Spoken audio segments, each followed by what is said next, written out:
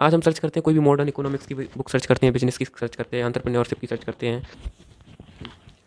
Stop reading this book. तो anyway मैं किसी भी प्रकार से ये नहीं कह रहा हूँ या मैं कोई हेट फैला रहा हूँ कि आपको ये बुक भागवत गीता नहीं पढ़नी चाहिए, इसमें कुछ बेकार है। पर जो आजकल एक ट्रेंड बन गया है कि अगर आप कोई भी बुक के लिए अगर सर्च करते हैं, कोई भी सेल्फ हेल्प बुक के लिए सर्च करते हैं और आप कोई भी वीडियो के कमेंट सेक्शन में देखेंगे तो बस एक चीज़ ही लिखी मिलेगी कि just read Bhagavad Gita. But the जो भागवत गीता में जो कंटेक्स्ट है वो बहुत ज़्यादा डिफरेंट है। तो आजकल हम यूट्यूब पर किसी को भी सुन लेते हैं कि बस भागवत गीता पढ़ो, और हम भागवत गीता पढ़ना चालू कर देते हैं और सोचते हैं कि इससे बहुत ज़्यादा कुछ हमको बहुत ऐसा आउटकम मिलेगा कि हमारी लाइफ चेंज हो जाएगी। बट ऐसा नहीं है। मैंने भी इसको पढ़ा है, पूरा नहीं पढ़ा है, बट स्टिल मैंने 60-70% पढ़ा है, जितना मैं पढ़ सकता था और जितना मेरी समझ में आया। तो इसमें जो एक मेन चीज़ है जो मुझे समझ में आई कि जैसे श्री कृष्ण ही बोलते हैं कि स्टॉप एक्सपेक्टिंग, कि एक्सपेक्ट करना बंद करो और अपना काम करो, उस काम से कोई आउटपुट एक्सपेक्ट मत करो।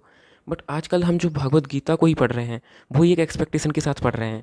हम यूट्यूब पे सर्च करते हैं कि हम लाइफ में बेस्ट कैसे हो सकते हैं, देन हमको कोई भी रैंडम बहुत नॉलेजेबल पर्सन आ जाएगा और ज्ञान देगा कि भागवत गीता पढ़ो। तो हम भागवत गीता इसलिए नहीं पढ़ते हैं कि वो कोई बहुत अच्छा टेक्स्ट है, उससे हमको नॉलेज मिलने वाली है, कुछ लाइफ चेंजिंग ऐसा ज्ञान मिलने वाला है। बट हम पढ़ते ही बहुत एक एक्सपेक्टेशन के साथ पढ़ते हैं कि इससे हमको एक बहुत अच्छा कुछ आउटपुट मिल जाएगा, एकदम से सडन बूम ऑफ नॉलेज आ जाएगा। बट ऐसा नहीं है। एक तो आप उसको अगर एक बार पढ़ते हैं तो इसका आप 5%, 5 भी बहुत बोल दिया, अगर 1 और 2% भी हम अपने दिमाग में रिटेन नहीं कर सकते हैं ऑर्डिनरी कैपेसिटी के हिसाब से। और दूसरी चीज़ जो मैं कहना चाहता हूँ, तो ऐसा ही एक इंसिडेंट हमारे सामने देखने को आता है जब स्वामी विवेकानंद जी की लाइफ में कि जब एक 10-12 साल का बहुत दुबला पतला सा लड़का उनके सामने आता है और बोलता है कि स्वामी जी मुझे भागवत गीता पढ़ना है, मुझे इसके बारे में थोड़ा कुछ बताइए कि मैं क्या करूँ, कैसे पढूँ। तो इस पर स्वामी जी बोलते हैं कि तुम भागवत गीता मत पढ़ो, जाकर फुटबॉल खेलो, वो तुम्हारे लिए ज़्यादा अच्छा है। तो क्या वो भी हेट फैलाने की कोशिश कर रहे हैं या मैं हेट फैलाने की कोशिश कर रहा हूँ? ऐसा नहीं है, बट थोड़ा सा हमको रियलिस्टिक होकर सोचना पड़ेगा। अगर हम बहुत ज़्यादा ऑर्थोडॉक्सिक हिंदुज़्म और रिलीजन्स के पर्सपेक्टिव से देखें कि नहीं, इसको पढ़ना ही पढ़ना है, कि सिर्फ हम इसको पढ़ रहे हैं, उससे ज्ञान नहीं ले रहे हैं, तो ये बहुत ज़्यादा हानिकारक है। तो इसी चीज़ को लेकर स्वामी विवेकानंद ने उस लड़के से बोला था कि अगर तुम इतने दुबले पतले हो, इसका मतलब तुम्हारी फिजिकल हालत ठीक नहीं है।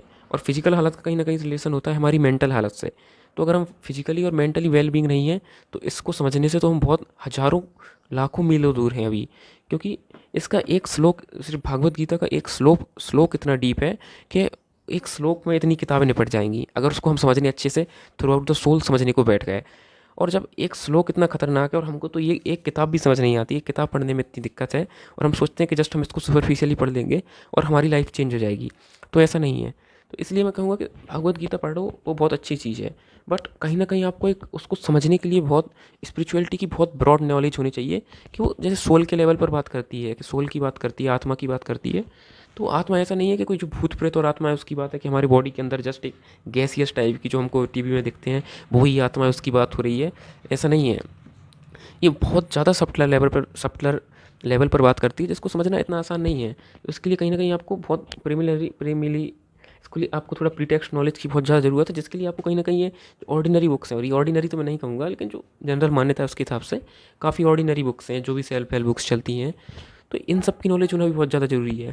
प्लस इसके हिसाब से अगर आज आज हम सर्च करते हैं कोई भी मॉडर्न इकोनॉमिक्स की बुक सर्च करते हैं, बिजनेस की सर्च करते हैं, एंटरप्रेन्योरशिप की सर्च करते हैं, या एजुकेशन से कोई भी रिलेटेड बुक सर्च करते हैं, तो सबके कमेंट सेक्शन भरे होते हैं कि just read Bhagavad Gita, just read Bhagavad Gita. उसमें ही कोई भी दो कम्युनिटी में फाइट चल रही होती है कि ये बुक पढ़ो, ये हमारी रिलीजियस बुक अच्छी है, ये रिलीजियस बुक अच्छी है। बट ऐसा नहीं है। हैं बट ऐसा नहीं है, क्योंकि इसमें जो नॉलेज है वो बहुत ज़्यादा स्पिरिचुअल वर्ल्ड की दी है, और हमको खुद अपने अंदर से पता है कि हम कितना ज़्यादा स्पिरिचुअली इवॉल्व हैं और कितने नहीं हैं।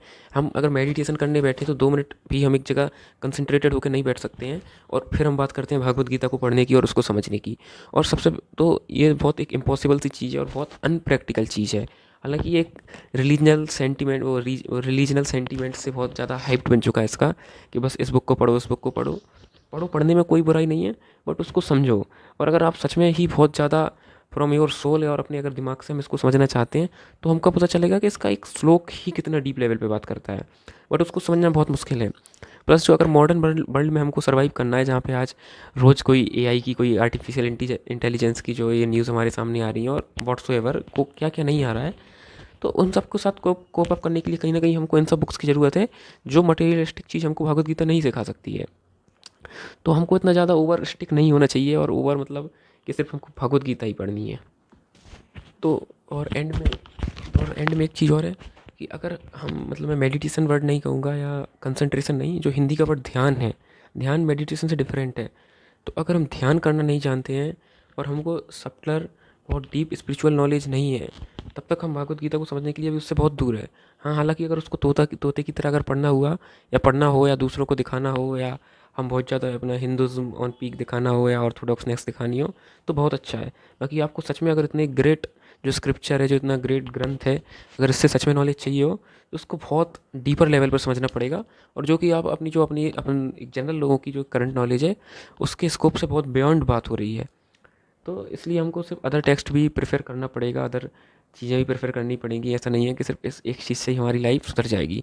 और सबसे बड़ी चीज़ कि हम इसको पढ़ते भी हैं तो एक पर्पस के साथ पढ़ते हैं।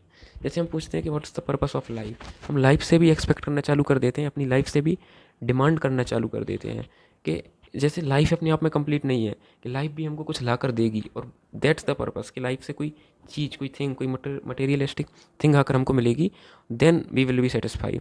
पर हम अपनी डे टू डे लाइफ में ही देखते हैं कि हम जितनी मटेरियलिस्टिक चीज़ों के गोल बनाते हैं और वो एक्यूमुलेट करते जाते हैं, तब भी हम खुश नहीं हो पाते हैं।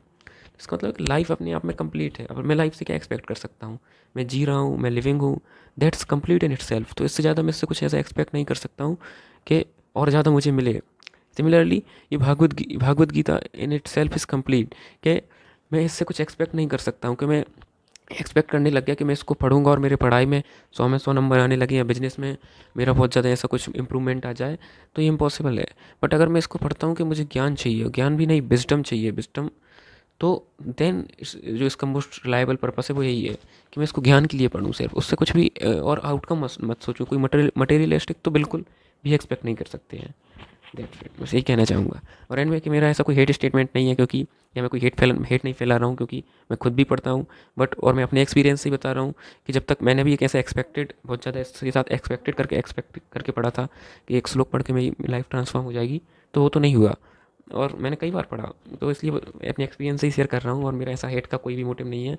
आप लोग बिल्कुल पढ़ सकते हैं, लेकिन थोड़ा सा मोर अवेयरनेस के साथ पढ़ेंगे तो ज़्यादा अच्छे से समझ आएगा। Thank you all.